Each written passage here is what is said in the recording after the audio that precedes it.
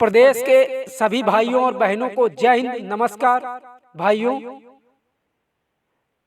पिछले 3 सालों से हम आप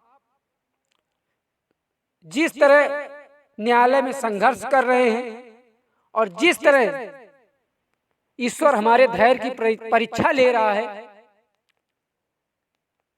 तो माननीय सर्वोच्च न्यायालय में हमारी भर्ती जिस स्टेज पे आके खड़ी हो गई है, हमें अब पूरी तरह से प्रतीत होने लगा है कि अब वो इंतजार की घड़ी कुछ ही महीनों में खत्म होगी और आप सब वर्दी पाओगे।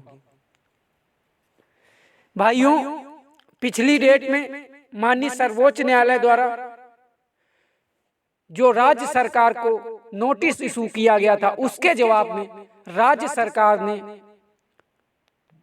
काउंटर एफिडेविट फाइल करने के लिए न्यायालय से 3 सप्ताह का समय मांगा। न्यायालय ने 3 सप्ताह का जो उनका आर्गुमेंट था उसको स्वीकार किया। फिर जब हमारी बारी आई तो junior AOR Shri Rohini ma'am द्वारा रिजॉइंडर फाइल करने के लिए, रिजॉइंडर लगाने के लिए भी समय मांग लिया गया, ताकि हमारी एक डेट बेकार ना हो। जैसे कि 3 सप्ताह में 10 दिसंबर को डेट लगी थी, फिर डेट लगती और फिर रिजॉइंडर के लिए समय मांगा जाता काउंटर आने के बाद। तो उस डेट को उन्होंने बचाया और उन्होंने रिजॉइंडर का भी समय न्यायालय से मांग लिया 1 सप्ताह का। न्यायालय ने एग्री होते हुए 3 सप्ताह का समय राज्य सरकार को और 3 सप्ताह का समय हमें रिजॉइंडर लगाने को दिया, और उसका परिणाम आपको दिख भी रहा है।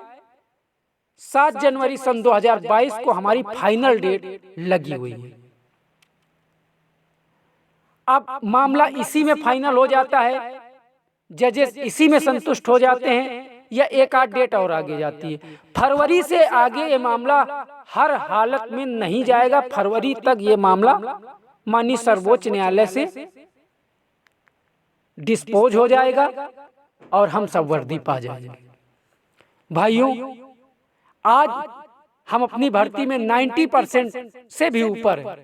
माननीय सर्वोच्च न्यायालय ने हाई कोर्ट के जजमेंट को दरकिनार करते हुए हमें समय दिया। उनको कहीं ना कहीं तक लगा कि इस जजमेंट में कुछ खामियां हैं।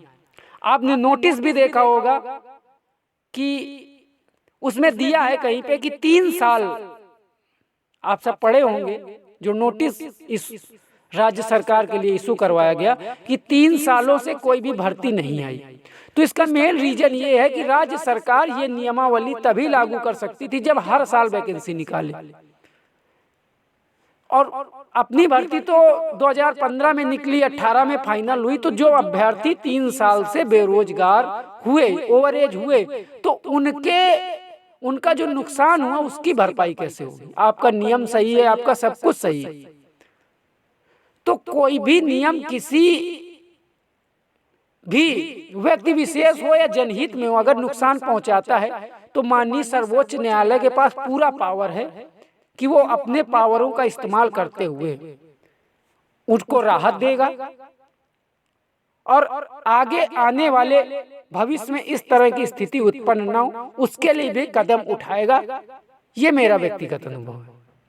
और आप भी जानते हैं कि मेडिकल के पहले अंतिम चयन परिणाम लगाना अनुचित। ये किस बेस पे ये नियमावली बनाई गई, ये बनाने वाले भी जानते होंगे। जब ये नियम पास हुआ होगा कि जब हर साल वैकेंसी आनी है तो 10% सीटें अगर कैरी फॉरवर्ड कर रहे हैं तो उतना जनधन को नुकसान नहीं होता, लेकिन भर्ती अगर 4 साल 5 साल पेंडिंग रहती है और 10% सीटें कैरी फॉरवर्ड की जाती, तो इसमें बच्चों का नुकसान होता है, जो हमारा आपका हुआ।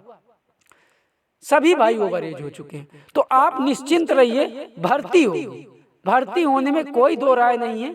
बस आप आर्थिक रूप से सहयोग करिए, और जितने भी लीडर हैं, चाहे हम हो या हमारी समिति के हों या और कोई हो या दूसरी भर्ती के हों, सभी अपना 100% देने का प्रयास कर रहे हैं, और जितनी जल्दी से जल्दी हो सकेगा इस भर्ती को फाइनल कराने का प्रयास किया जाएगा। क्योंकि मित्र, अब इसके अलावा हमारी भी जिंदगी में कुछ है नहीं, तो मैं जान लगा दूंगा और आपको विश्वास दिलाता हूं, वचन देता हूं कि ये भर्ती फाइनल करा के ही मैं दम लूंगा।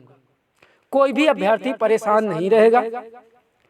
और जिन भाइयों की अभी तक याचिका में नाम शो नहीं हुआ, तो मैं उन सभी भाइयों को अवगत कराना चाहूंगा कि कुछ दिन इंतजार और कर लीजिए। 281 लड़कों की याचिका की ड्राफ्टिंग कंप्लीट हो चुकी है, जिसमें कि मेन याची मैं हूं, अनमोल कुमार, और 281 अभ्यर्थी अभी बचे हुए हैं जिनका भी नाम नहीं शो हुआ है, वो भी जल्दी शो हो जाएगा। कोई भी अभ्यर्थी परेशान नहीं रहेगा। और धरने को लेकर जो आप सबके विचार आ रहे हैं कि धरना करवाइए और धरना कराना उचित रहेगा, तो इसमें भी मैं सहमत हूं और मैं पूरी तरीके से उत्सुक और तैयार रहता हूं कि किसी भी प्रकार इस तानाशाही सरकार को अपने सामने झुकाया जाए। तो भाइयों, विचार विमर्श चल रहा है, जैसे कोई ठोस निर्णय निकलेगा तो आप सबको अवगत करा दिया जाएगा।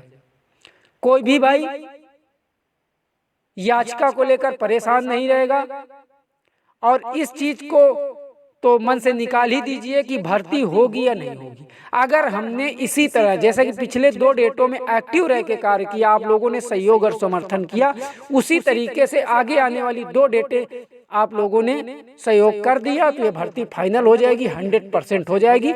मई से जून तक आप लोग ट्रेनिंग पे होंगे। मैं ये सब बातें आपको इस वजह से बता रहा हूं कि ये जो मैं बयान दे रहा हूं तो कुछ सोच समझ के दे रहा हूं कि कभी मेरे ऊपर उंगली उठेगी या मैंने किसी के ऊपर उठाई है तो हमारे ऊपर न उठे। मेरी बात आप समझना। और कोई भी लीडर ये नहीं चाहता है कि हम असफल हों।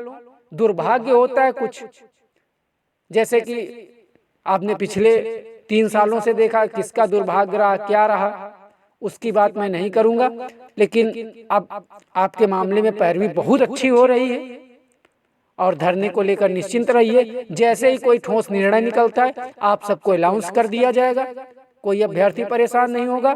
धन्यवाद। जय हिंद।